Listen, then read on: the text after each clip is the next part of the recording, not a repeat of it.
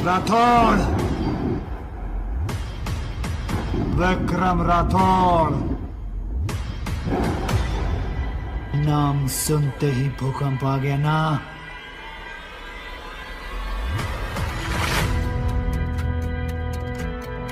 मैं जानता हूं ये लोग तुम्हारे लिए कितना मायने रखते हैं, इसलिए पहला शिकार तुम ही चुनो।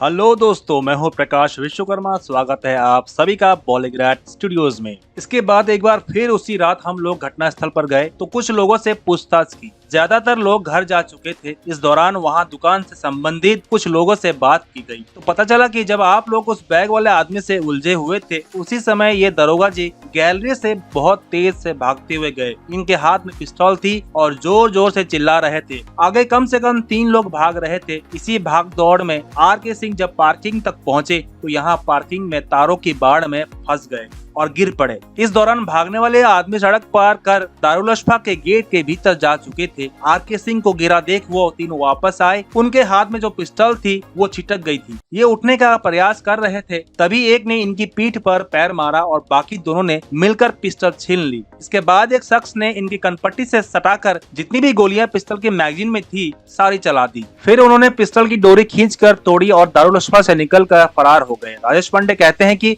अचरज की बात थी कि दारुल अशफा में अच्छी खासी भीड़ रहती है। तमाम जगह संतरी की तैनाती रहती है। वहाँ बालकनी से साफ दिखाई देता है, लेकिन किसी ने कुछ नहीं बताया। हम लोग पूरी रात इस उलझन में रहे। नहीं पता चला कि कौन आदमी थे और कहाँ फरार हो गए। अगले दिन पोस्टमार्टम हाउस में गम का माहौल था। वहाँ पूरा पुलिस महकमा, पत्रकार और परिवार के लोग थे। इस बीच पोस्टमार्टम हाउस में अंदर से एक आदमी बाहर आया। उसने बताया कि 9 गोलियां लगी है, तनपट्टी पर लगी है। उनकी जेब से एक हनुमान चालीसा, एक पर्स जिसमें कुछ रुपए और श्री प्रकाश शुक्ला की एक फोटो मिली है। उन्होंने हमसे कोई बात नहीं की और चुपचाप गाड़ी में बैठे और चले गए। हम और सत्येंद्र वीर सिंह साहब एक साथ बैठे और चले गए। दफ्तर पहुंचे तो सुबेश कुमार सिंह साहब भी गाड़ी से उतर रहे थे। हम लोग जैसे ही उनके करीब पहुंचे तो देखा कि उनकी आंखों में आंसू थे, लेकिन उन्होंने कोई बात नहीं की। हम लोग वहां से चले आए। हम वापस अपने काम में लग गए। सभी का मन बेहद खराब था, कुछ सूझ नहीं रहा था। उन्होंने हमसे कोई बात नहीं की और चुपचाप